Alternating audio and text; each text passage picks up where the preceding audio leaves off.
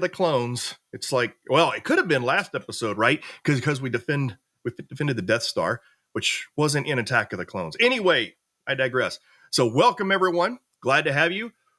We've got another tabletop exercise, and we've got another team of esteemed experts. Let's go ahead and bring everybody on board and introduce everyone. So, yep, there's Alex Fan. So, hey, why don't we go ahead and start? We got two new faces and one returning champion here. So, in fact, we get to put Peter on top there because he's returning. You got to earn your way up the top of the. It's not a pyramid, is it? It's a block. So, all right, Peter, you want to reintroduce yourself to everybody? Yeah, I'm Peter Lake from Melbourne, Australia. I'm a cybersecurity consultant and class of 23 at Edith Cowan Uni, a master's in cyber. So, all right, Alex, you're not a newcomer to ThreatGEN, but you're a newcomer to the Tabletop Tuesdays.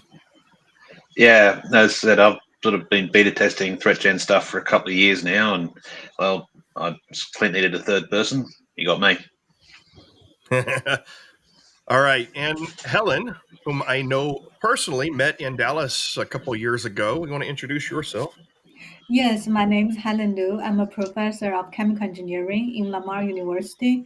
In addition to my PhD in chemical engineering, I also have a master's degree in computer science. I'm considered as an OT piece of people in this team.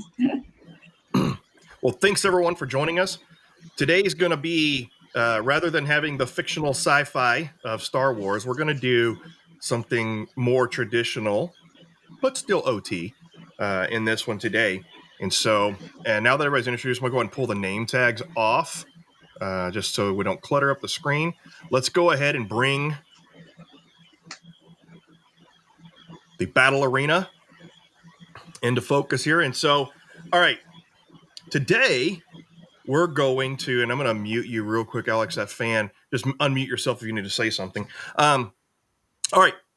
So I definitely want to say hi to everybody in chat, and anybody who wants to communicate with us. We'll take your comments. We'll take into account your suggestions if you want to kind of play along with us. And what we're using, again, is the ThreatGEN AutoTabletop, and we do not already have a scenario configured. So we're just going to configure one really quick. I think we're going to let it surprise us. We don't know. So it's going to say, surprise me. The threat can be cyber, physical, cyber physical, or an insider. All right. Company info. We're going to be, let's do, we're going to be manufacturing. What are we going to manufacture? Why do I have all my autofill? That's bad. Get off there, autofill. What type of manufacturing company do we want to be? Pharmaceutical? We want to do lollipops.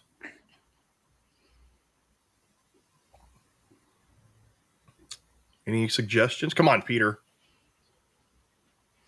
Yeah, pharmaceuticals quite topical, but EV industry might be quite topical as well.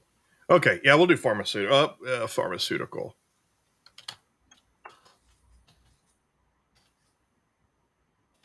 Robert's saying solar cell manufacturer.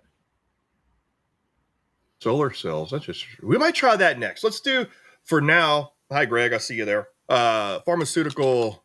Is that considered manufacturing? Yeah, that's manufacturing, right? Or just. Okay. And I'm just going to leave everything else default. Like, and you know, you can, that's it. We'll just go with that. We can add more details if we wanted to, like what IT staff, cybersecurity staff, network, environment. You know, we can specify if we've got a well segment. Okay, let's at least talk about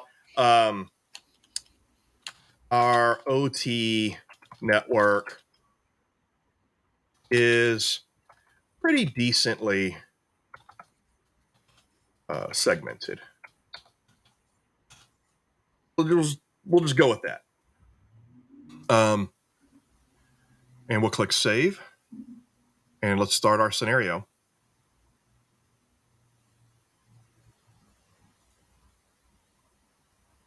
Now you're good to go, Alex. Oh, I see. Real quick, I see. Okay. So it's generating the scenario now. Once it generates the scenario, the voiceover will then play. But it takes a little while in this first one because it's going to be a long scenario generation. So you can choose to read the output or whatever, but we're going to get our voiceover is going to be my new AI intern. We're going to name her Lily. So our AI intern, Lily, and I'll unmute you here in a minute, Alex, as well. Here, you said you had to. Oh, hey, Alex, your audio sounds clear now. All right, it's taking a while. It's just generating our initial. There we go. And then wow, that was a long one. All right, so we're gonna have Lily, our voiceover.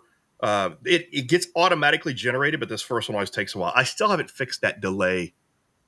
Oh, are y'all hearing me double talk? Probably not. Okay. All right, here she goes. I think she's about to read us the intro.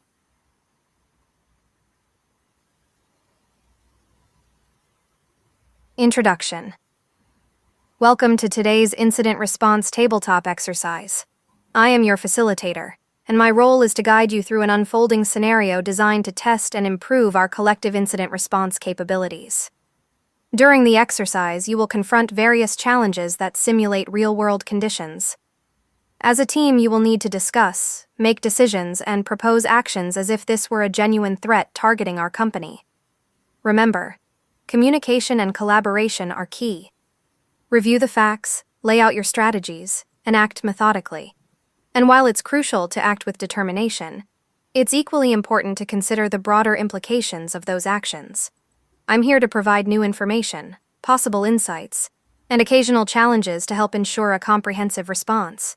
Feel free to ask for advice, and I will assist as appropriate. Let's work together to navigate through this crisis and emerge stronger on the other side. Setting the stage.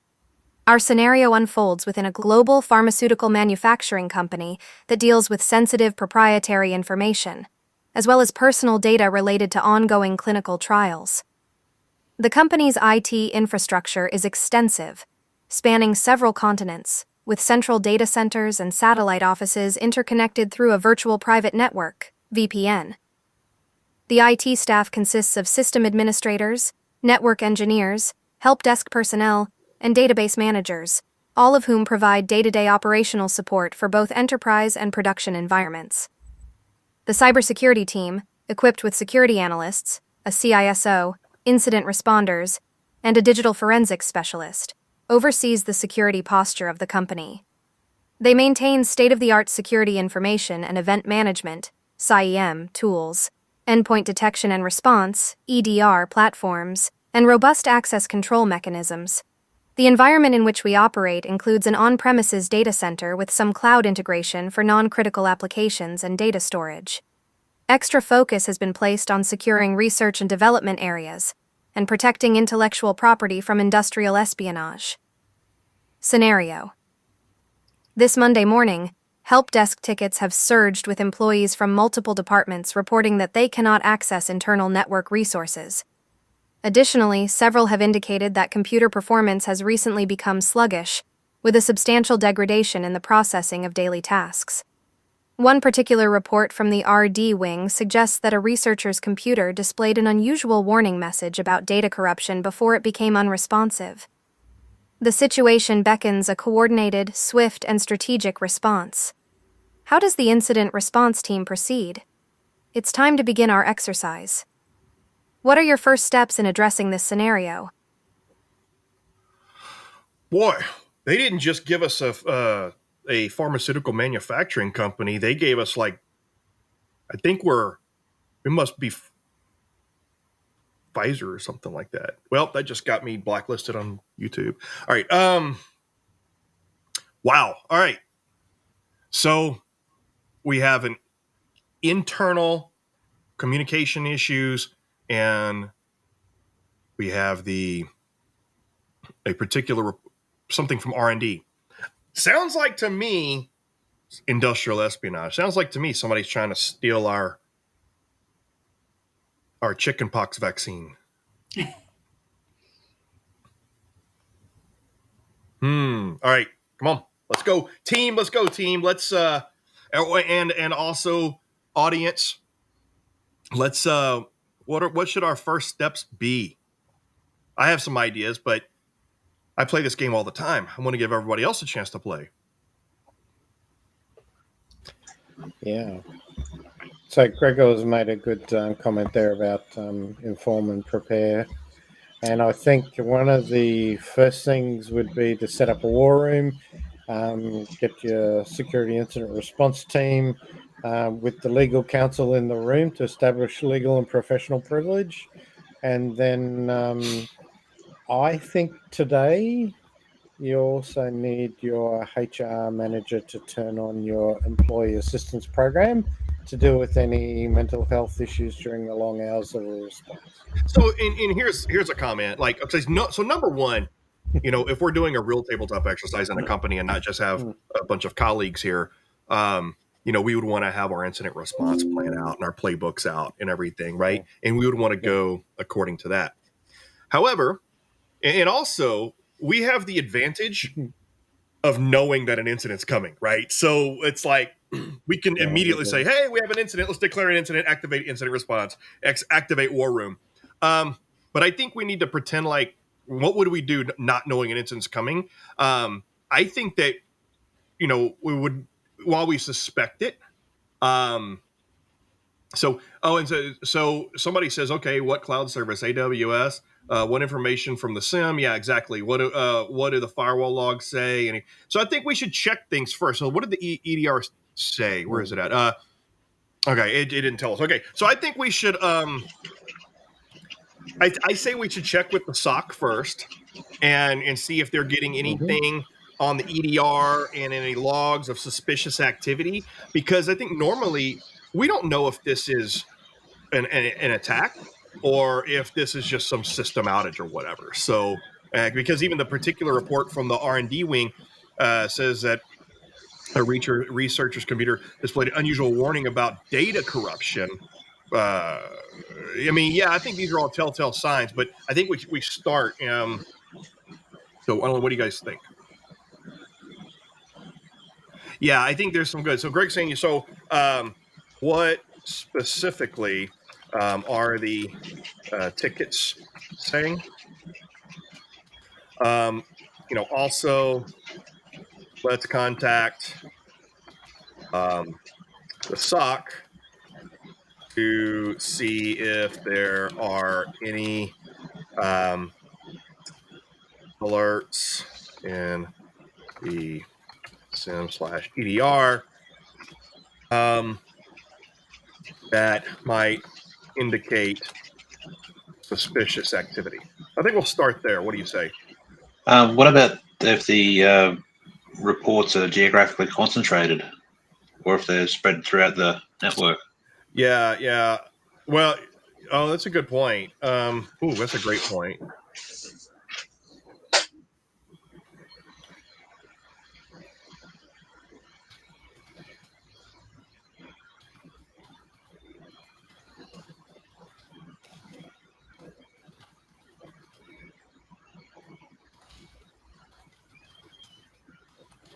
There we go. That was a great point because, I believe that since I've been using AutoTabletop, I haven't come across such a globally distributed organization before.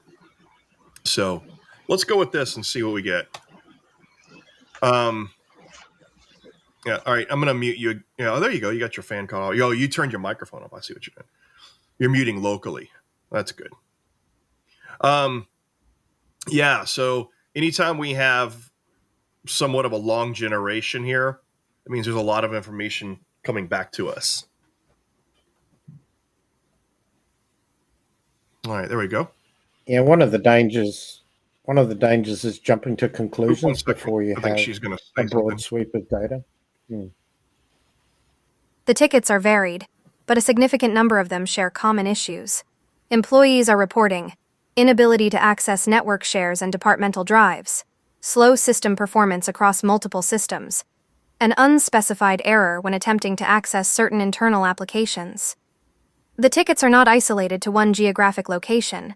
They have been submitted from various locations in both the central and remote offices. In response to your action to contact the Security Operations Center, SOC, the team reviews the CMEDR and discovers several alerts. Multiple endpoints are signaling unusual outbound network traffic patterns, which seem to be both irregular and substantial in volume.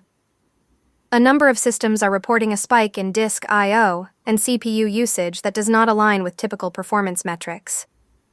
The CIEM has flagged several failed login attempts to privileged accounts, unrelated to any known maintenance windows or scheduled activities.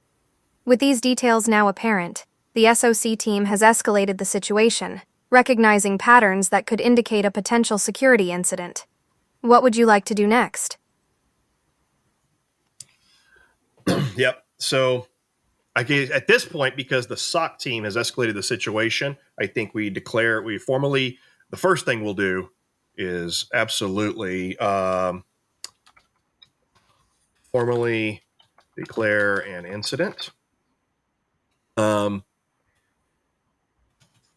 Alert.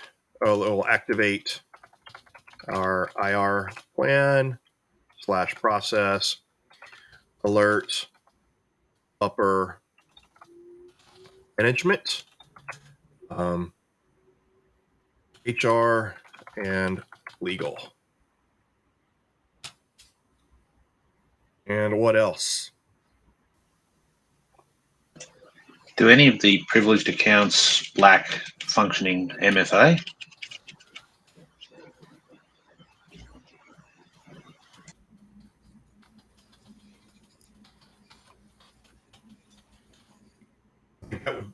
That would be more of a post-mortem question, I think. Is there a specific reason we're asking that for the incident part? Is that I'm just curious.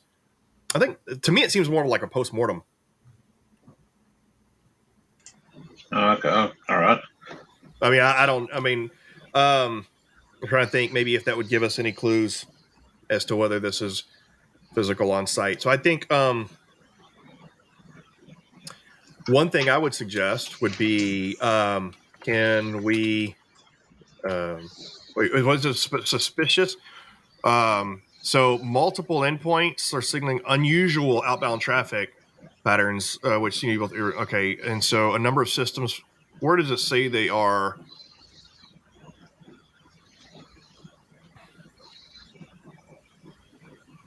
The sign outbound several traffic patterns.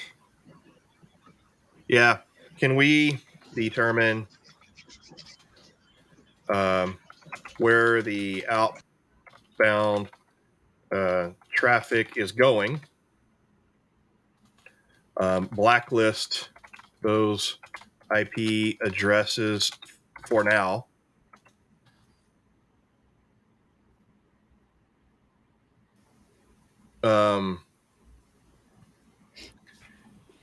And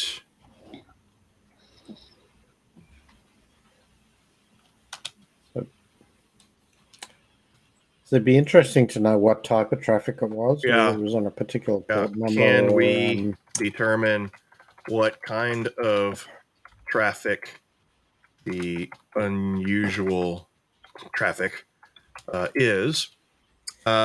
So we have some comments from chat here. So what reports do EDR and DFIR provide? So, well, I think the EDR, I think it just told us kind of what's going on in EDR for the most part. However, we can ask, do we have a DFIR firm on retainer? We should, being a pharmaceutical this big. Mm-hmm. Have the interested parties been informed? What do you mean by interested parties, Gregor? And then can we see what information from where have been taken? Yeah. So that's what we're checking with the traffic.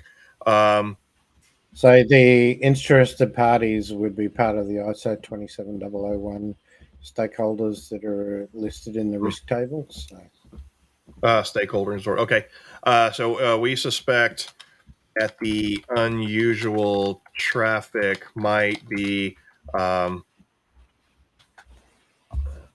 exfiltrating sensitive data. Can we determine that? Yeah, and also I think we may want to look at that specific computer to see what are the suspicious data on that computer. And in addition to that account, that computer, what are the other additional accounts, additional computers has this kind of sensitive information, and closely watch them as well.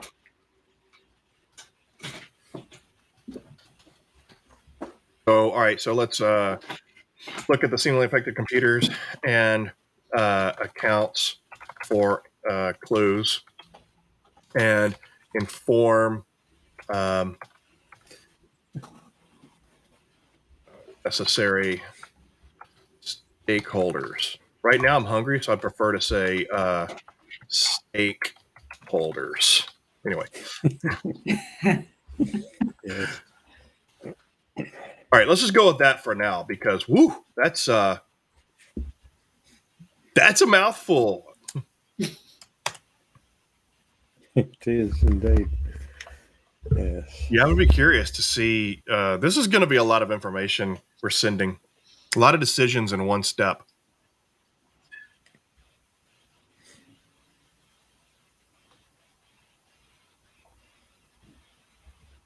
The anticipation kills me. I have to fill up the dead air with something.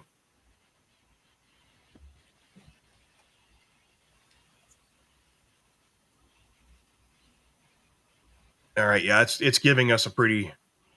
There we go. Woohoo! All right, let's see what this says. I imagine. Do you hear double echo whenever I talk? I think it's just from you guys. All right, so No. okay, I think this is gonna be a long one. All right, so let's let her read it. I like it whenever Lily narrates. Your team takes the decision to formally declare an incident and activates the incident response plan. As per protocol, upper management, HR, and legal teams are notified of the situation and brought up to speed on the latest developments. The SOC team begins work to determine the nature of the outbound traffic. They are able to trace the endpoint's connections to a set of IP addresses, which appear to be located in various countries known for hosting malicious infrastructure. These IPs are immediately blacklisted on the company's firewall, ceasing communication with those external locations. Upon closer examination of the traffic content, SOC analysts are able to confirm that the outbound communications from the affected systems contain large quantities of compressed and encrypted data, suggesting it may indeed comprise stolen information. The exact contents are currently indiscernible due to the encryption. Yes, the company does have a digital forensics and incident response (DFIR) firm on retainer. If you would like, the team can engage with them to help assess the situation, collect evidence, and recommend mitigation strategies. The cybersecurity staff reviews the involved computers and accounts.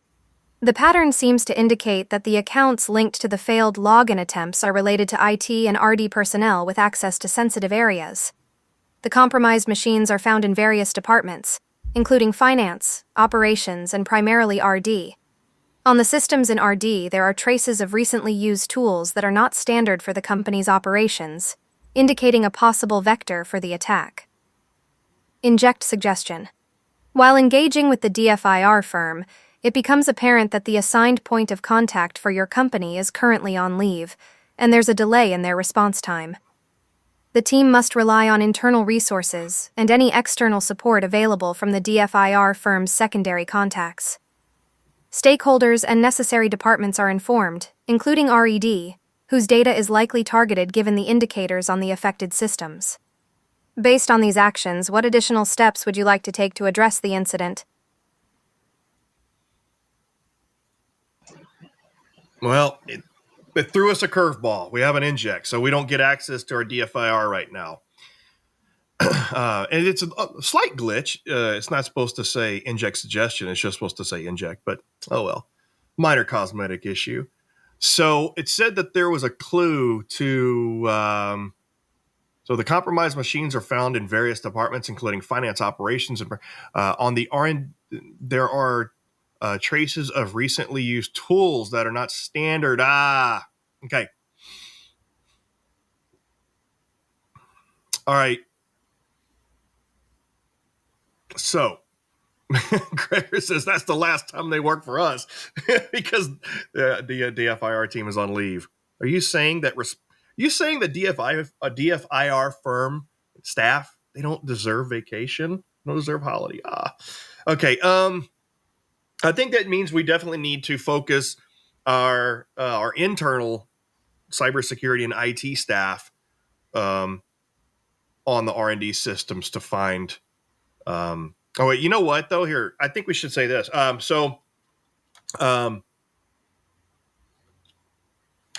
Has the suspicious communication / traffic stopped now that we have blacklisted the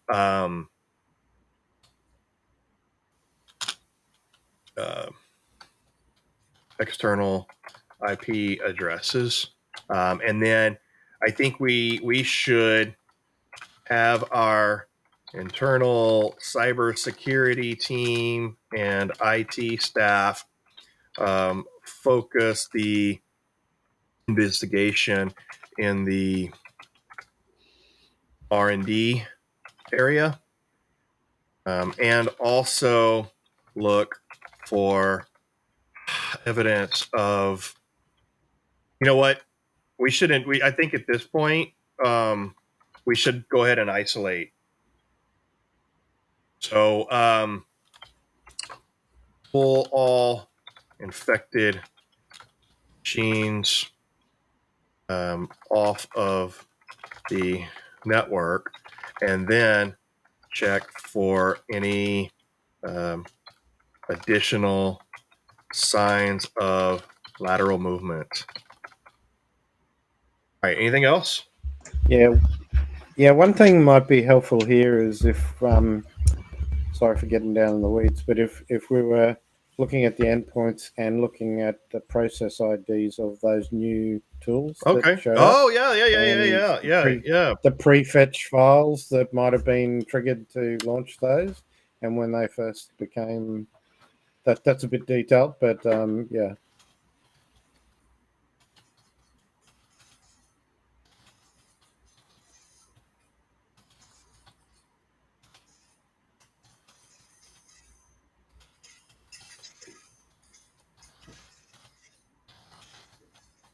All right. Anything else? So if you had Windows Defender, Backups. if you had Windows Defender or some endpoint, there might be some process IDs there that would link to a causation path. So. Yeah, and good idea, Alex. Also, let's start getting backups prepared.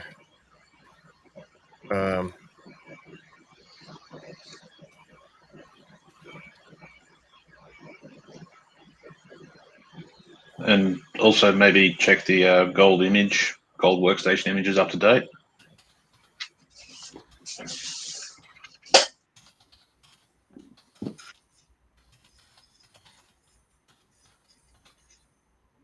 All right, let's go with this for now. Yeah, that was.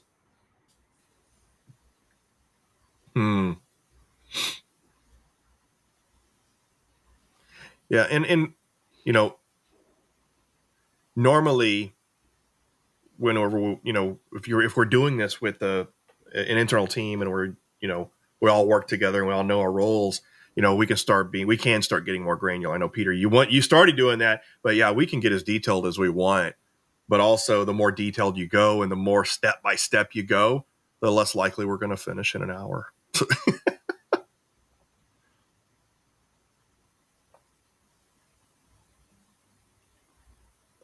All right, there we go. Oh, we got another inject. We'll see. All right, let's let Lily tell us a story.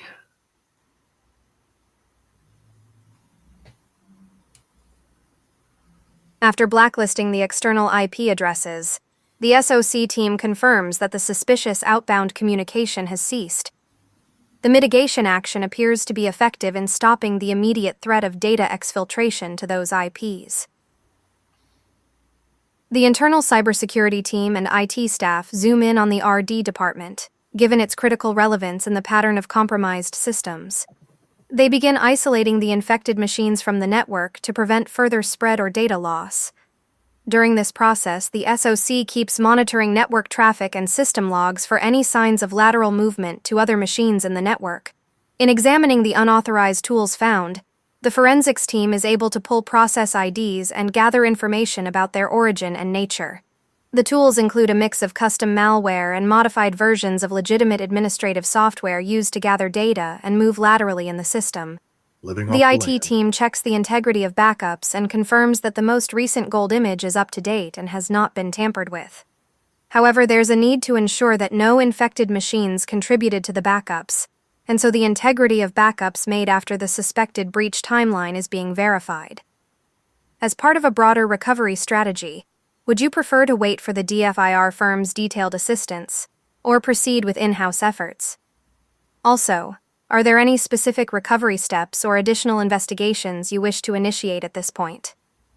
Inject suggestion. During the verification of the backup's integrity, you discover that several backup images have also been compromised, indicating that the breach may have occurred earlier than initially suspected. This inject adds complexity to the recovery process, as there's now a reduced number of backups considered safe for use.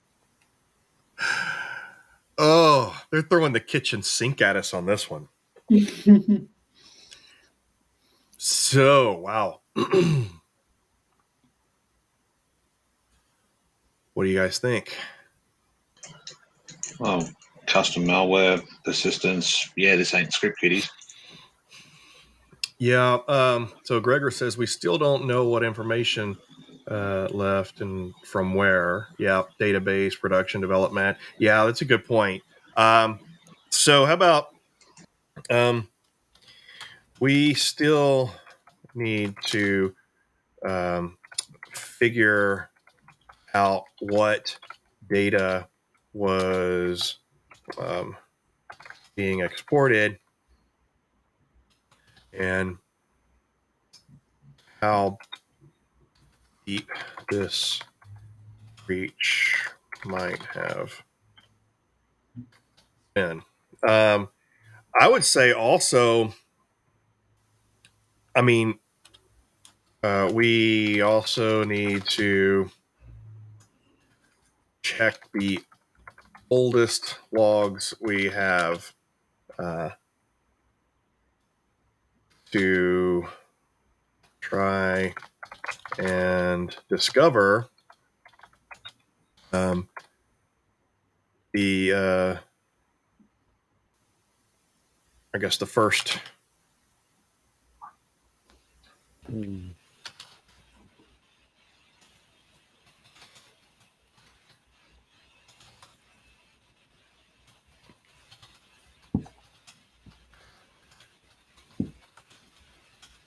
we'll do this internally for now until DFIR is available.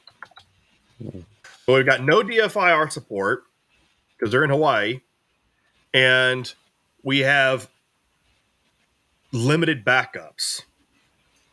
How about we scavenge what we can from the backups and see what we can recover. Ooh, this is going deep. Yeah, I think the key here is around where those backups started to become, their irregularities. We want to start looking at the logs immediately preceding that and sort of attaching or putting them in a repository for later investigation when the DFR team becomes available. So I guess in incident management, managing what you're collecting as you go needs to be in a systematic kind of way so that you're collecting all the evidence you need. Yeah, how about this? Even though we are investigating internally, we need to be aware of chain of custody and do not shut down any systems if they aren't posing further risk, so that we can retain any memory resident malware. So it's try being cheeky, right? We will use the laptops we stored away for the scenario to help the company go. Yeah, you could probably game the system a little bit like that. Be like, oh, look what I found. I found these laptops, and it'll go along with it. But that defeats the point. Is it they are posing or they aren't posing further risk? Oh, sorry.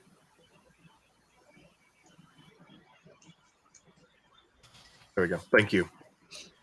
All right, let's go with that.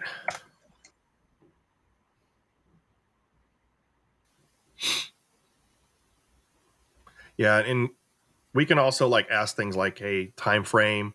If we want some detailed logs, we can. All right, this isn't too bad. Man, we still don't have DFIR. All right, let's see what she says.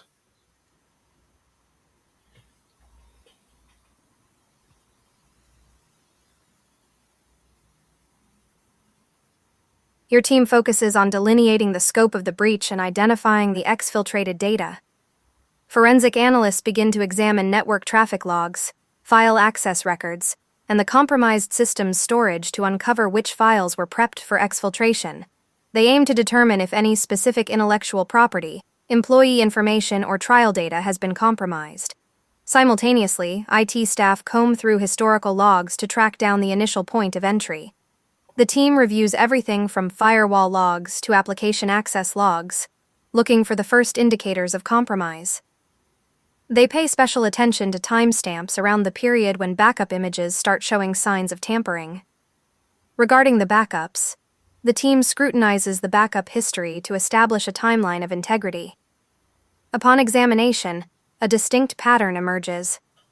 Backups appear to have been systematically compromised for some time, with the earliest dirty backup dating back approximately 2 months. This potentially narrows down the window for the initial breach.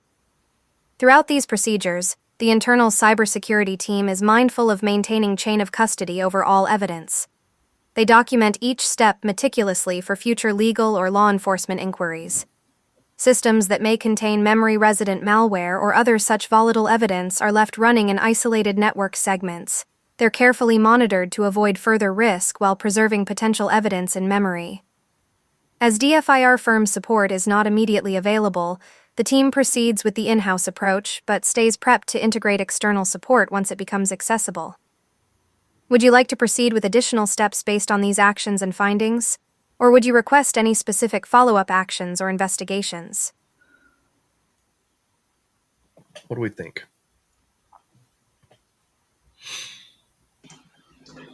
Email, remote access. What about it? Well, for the as vectors, or that sort of included in the whole check all the logs. I think maybe traffic logs. I think right now I would say we're kind of waiting for results, right? Except for we did find that the patterns are emerging, backups appear to. So we've had. Okay. Yeah. I mean, I think right now we just kind of wait, right? I mean, at this point, we might want to. I mean, do we call in law enforcement at this time? I mean, how about this? Yeah. We will wait for results, but also since DFIR isn't available, we need to contact the FBI. Do we need to check with legal first before doing that? Yeah. Good idea. Let's check with legal and see if there are any objections to us reaching out to the FBI. Are pharmaceuticals considered critical infrastructure in the U.S.? And I mean, this could be global. I don't even know where we're at in this thing. You know what? By the way, since we are a global organizations, where are we currently at? So one of the things here, Clint, is like in Australia, if you go to the Australian Cybersecurity Centre and the Signals Directorate, you'd be able to gain by reporting the incident, which is required for critical infrastructure. Yes. Okay. But you'd be able to get some assistance from them with CTI, threat intelligence, from cyber threat intelligence, and other people who may be experiencing a similar event. There might be some inbound information that they have based on what they're seeing elsewhere in the marketplace as to how to respond. So I'm sure the FBI or NSA would have a similar process. Yeah, Gregor, I'm assuming at this point that if we notified upper management, in which we did, I'm assuming that they're disseminating that throughout all. But I'm going to go ahead and make that assumption. I'm not going to mess with that. I don't want to give our facilitator more ammo for injects. We're already hurting as it is. All right, let's go ahead and see what this gives us.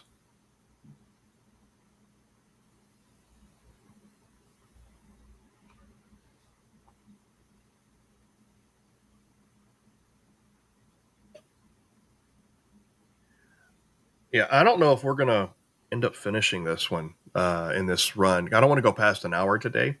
Well, but we'll do as well as we can. Although I don't know, we might pull out a come from behind win. I don't know. I kind of feel like we're getting our butts kicked on this one.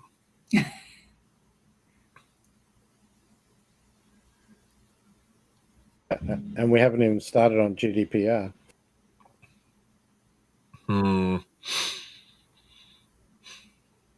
Yeah, we're gonna nice long creation here. That's not that bad.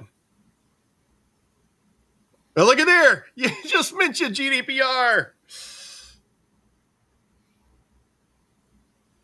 Oh, it doesn't say where we're at. It just says. All right, she's gonna talk. As you await further clarity from the internal investigations, you opt to consult with the company's legal team to explore the possibility of involving law enforcement.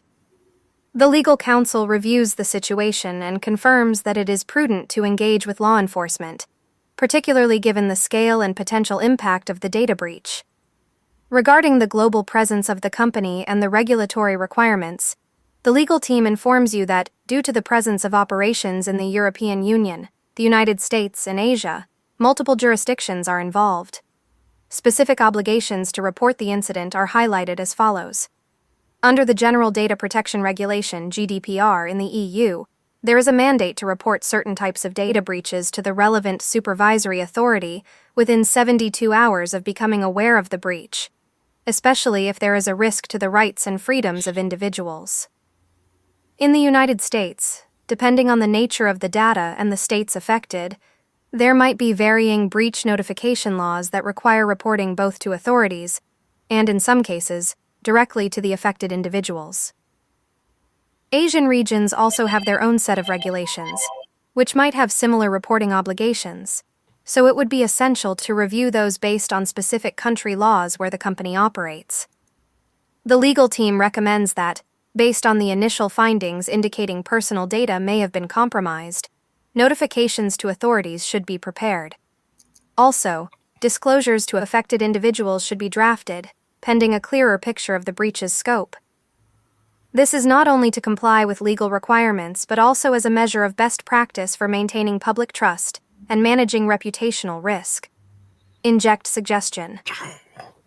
Upon the decision to inform law enforcement and regulatory bodies, an unexpected reputational challenge arises. A journalist has caught wind of the incident and reaches out for a statement regarding the alleged data breach at the pharmaceutical company. This creates an urgent need to craft an appropriate public communication strategy. Would you like to take any specific actions regarding the communications needed to address this journalist's inquiry and the wider public relations aspect, in tandem with the ongoing investigation and recovery efforts? God, that's 3 injects already. Well, I think, first of all, we need to have legal start drafting, reporting statements, and work with the appropriate staff to get that done.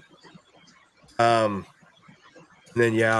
we need PR to prepare a statement immediately and respond to reporters as appropriate, and prepare to deliver a public statement. No flu shot for anybody this year. And often you'll find those statements have a little FAQ section on the end of it to head off a few of the, assumptions that people might make, like, it'll take time to investigate because, it's an ongoing situation, those kind of things. But I think other than that, let's just wait for the results of the investigation. Other than that, let's wait for the results of ongoing forensics investigations. Do we have our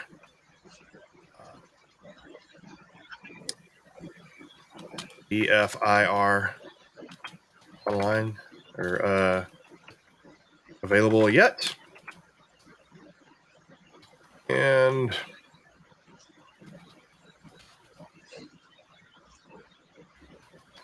maybe we could foreshadow and say, prepare a briefing pack for the DFIR who are returning from leave on Monday. That's a good one. At this rate, they might be late to the tragedy.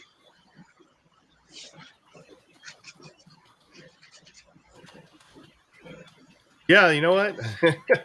Turns out that the DFIR team is unavailable. They weren't on leave. It turns out they're all in the hospital from your corrupted pharmaceutical recipes and formulas. I need to shh. Stop giving it ideas.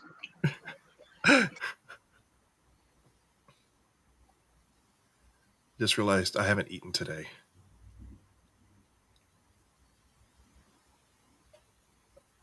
I could stand to skip a few meals.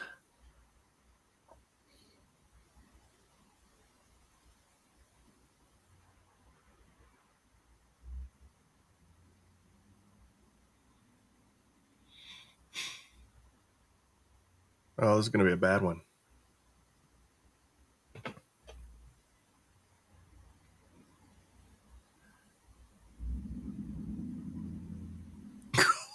Another one. Wow, we're getting hammered. All right, man. All right, let's let Lily read our... Unfolds, the legal team starts working on draft notifications for the authorities and potentially affected individuals. These drafts will be adjusted as more details about the breach are uncovered, ensuring accuracy and compliance with various jurisdictions' data breach reporting requirements. In response to the imminent public relations challenge, the Public Relations PR team is tasked with crafting a holding statement to address the journalist's inquiry. This initial statement is carefully worded to acknowledge that the company is aware of reported cybersecurity concerns and is actively investigating the matter, without confirming specific details before the full circumstances are known. The PR team is also preparing a more detailed public statement to be released once additional information becomes available. As you're awaiting the results of the forensic investigation, the DFIR team becomes available to assist. They are briefed on the current situation and immediately begin to collaborate with your cybersecurity team, offering their expertise to help expedite the analysis. Law enforcement has been contacted, and channels of communication have been established. The authorities are cooperative and willing to provide assistance as needed. They also initiate their protocols for cybercrime investigations, which will likely involve collaboration with your internal teams and the DFIR firm. Would you like to direct any specific inquiries or tasks to the DFIR team now involved in the investigation? Or proceed with any follow-up actions based on the current progress in the recovery process and legal and PR initiatives underway? Inject suggestion. Additionally, as interactions with law enforcement begin, they request access to certain data logs and system images as part of their investigative procedures. This will require balancing the legal implications and the need to maintain evidence integrity with the operational requirements to restore affected systems.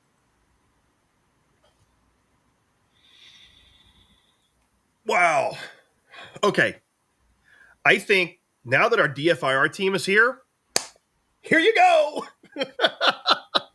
I mean, wow.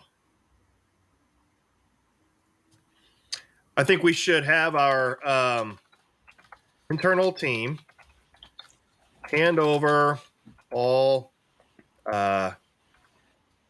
results so far and get the to the DFIR team and get them up to speed. Work with legal to prepare the necessary access, necessary required access to law enforcement. Man, I'm going to say at this point, all forensics will be turned over to DFIR and law enforcement, but we are available to assist as needed.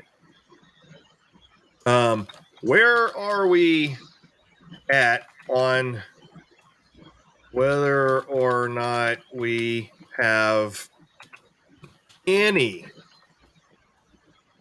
backups we can use, or if they are, let's do that. All right. Anything else? Would it be too early to hit up the finance department for an estimate on the financial scope of the breach, or?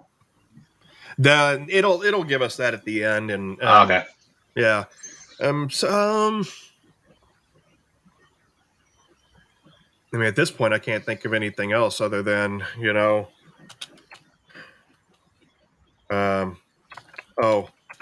and I'm going to prepare my resume.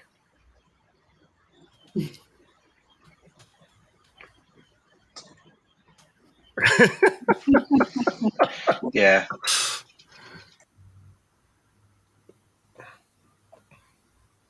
Watch. I bet she's going to give us some sort of like consolation message. Oh, don't worry, it's going to be okay. And or maybe not. Oh, we got another inject. Are you kidding me? We are getting hammered. Well, I've never seen this many injects. Wow. Security team compiles all of the information and data collected from the ongoing investigation, including network logs, disk images, and the history of the incident's actions, and presents it to the DFIR team.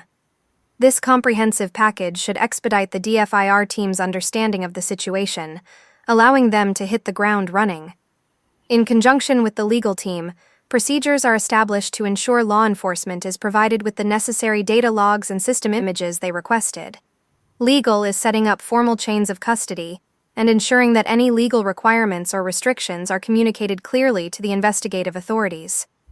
With regards to backups, the IT and forensic teams have identified a set of backups from a period predating the earliest signs of compromise.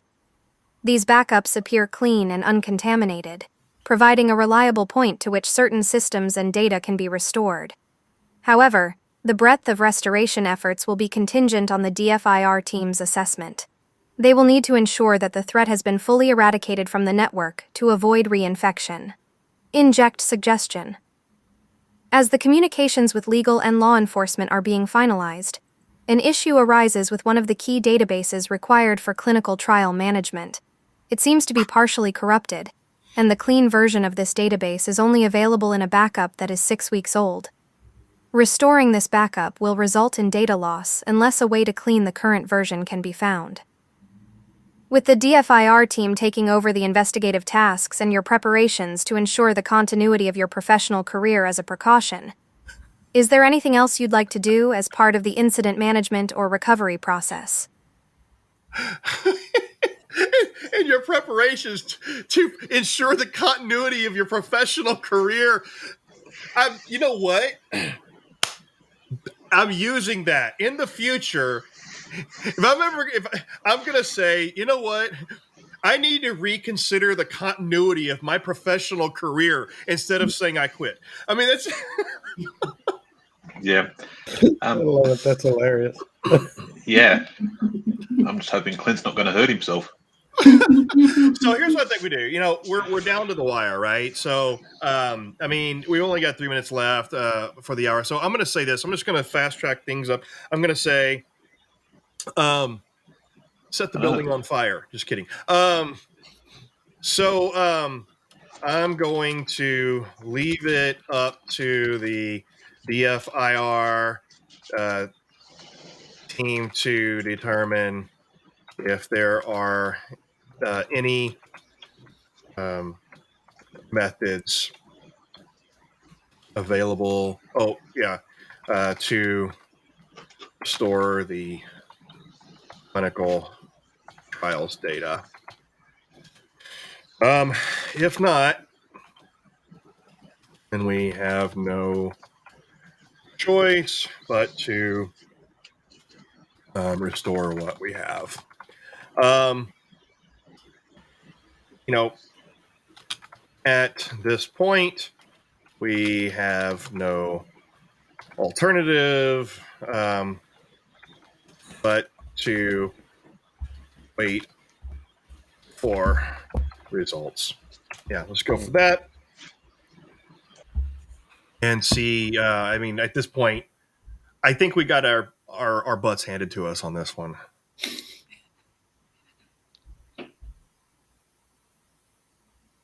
This was brutal. But realistic. Very realistic. Wow. Yeah, I noticed the injects are a bit light on. I usually get multiple per turn. Oh, it just ended the exercise for us. Nice. All right, here we go. Wow, what timing. Lily's good. All right. Let's see. I mean, we didn't do too bad, but we'll see. Oh, cost us a lot of money, though. What? I mean, not even $1 million, though, so I guess we're good. All right, let's let her read our obituary.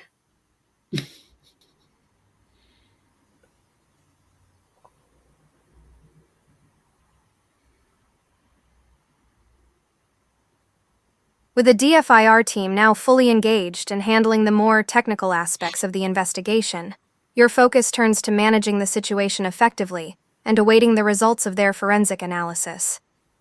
The DFIR team starts by assessing the clinical trials database for any possibility of recovery without data loss. They utilize advanced forensic tools and methodologies to attempt to sanitize and restore the database from the current state. If this proves infeasible, they will proceed with restoring the clean 6-week-old backup while working to minimize the impact on clinical trials and data integrity.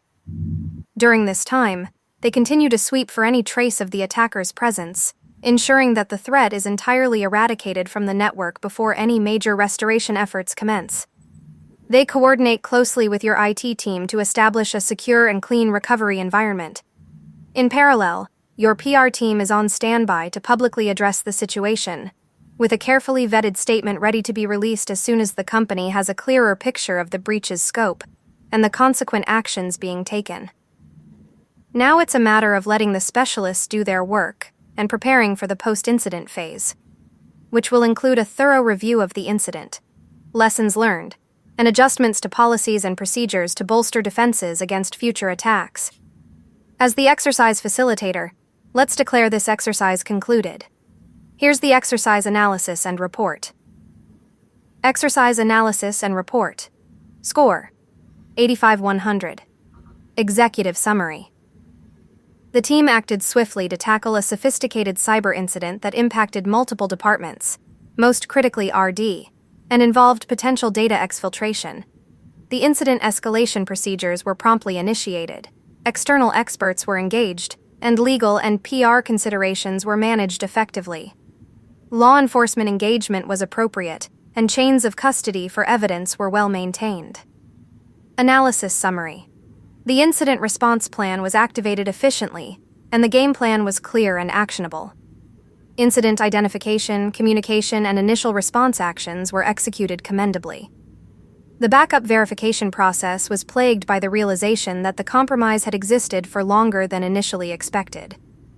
However, the team successfully identified clean backups for restoration.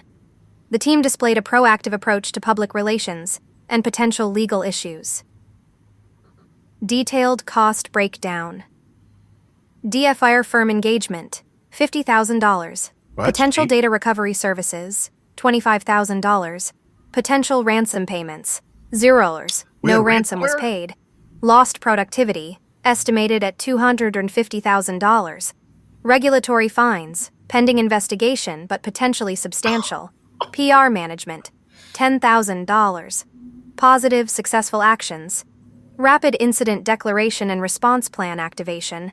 Effective engagement with SOC, IT, and cybersecurity staff. Immediate containment efforts via IP blacklisting. Timely legal and PR involvement with preemptive communication preparation. Effective collaboration and use of resources, including DFIR and law enforcement. Areas for improvement. Delayed access to DFIR resources due to point of contact on leave. The need for earlier detection capabilities to reduce the window of compromise. Strengthened backup integrity checks to ensure faster isolation of clean restore points. Breakdown of score deductions. What? Delay in escalation due to initial unavailability of DFIR team, 5 points. Compromised backups indicating the incident was undetected for an extended period, 5 points. Need to ask for facilitator's advice, 5 points. Occurred once. Overall, the company and the incident response team managed the situation with appropriate urgency and due diligence, keeping in mind the legal, operational, and reputational repercussions of the incident. Here, I just cut her off. Hold on. When did we ask for advice? And so, wait, I'm going to argue. I didn't mention the other two. Yeah,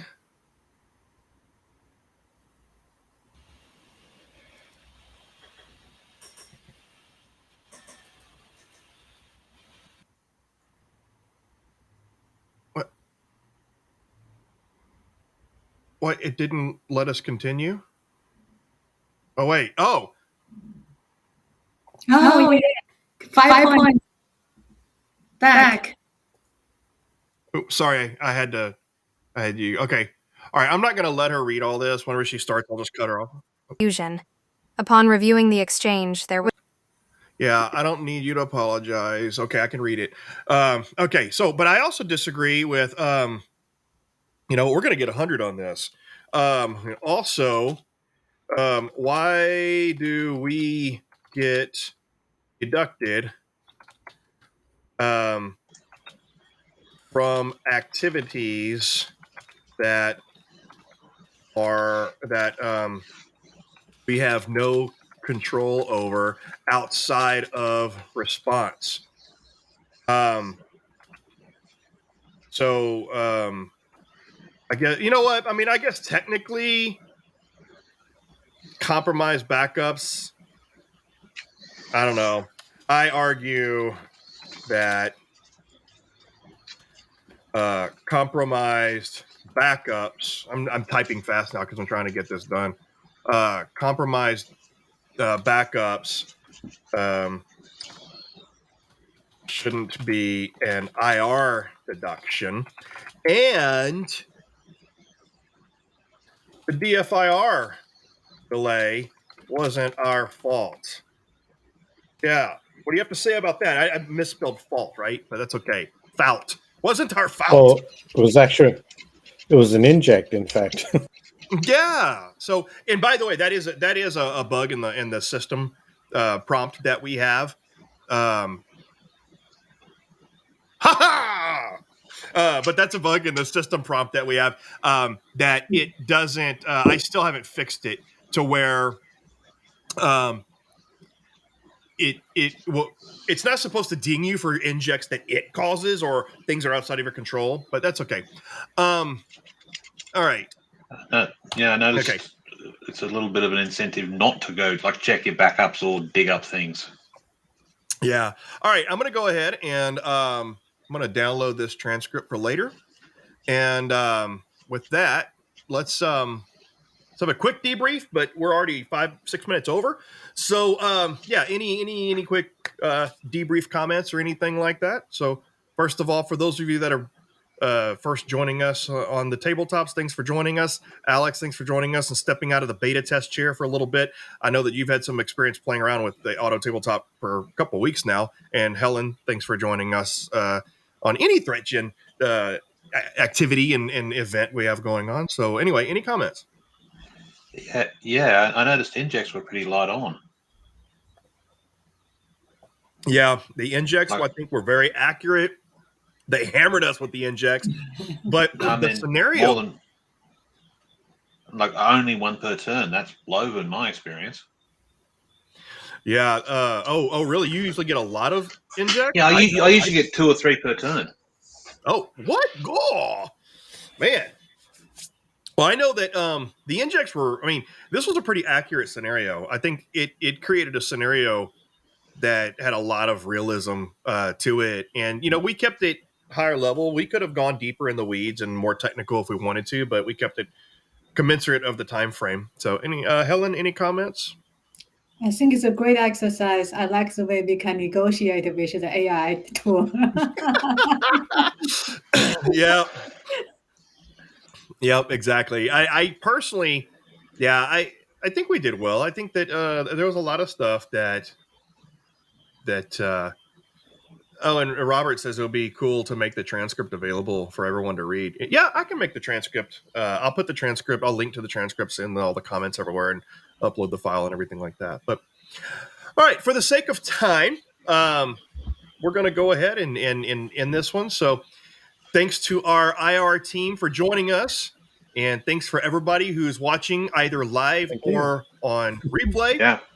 And join us next Tuesday for our 3rd episode of Tabletop Tuesday. So thanks, everybody, and take care. So. Bye-bye.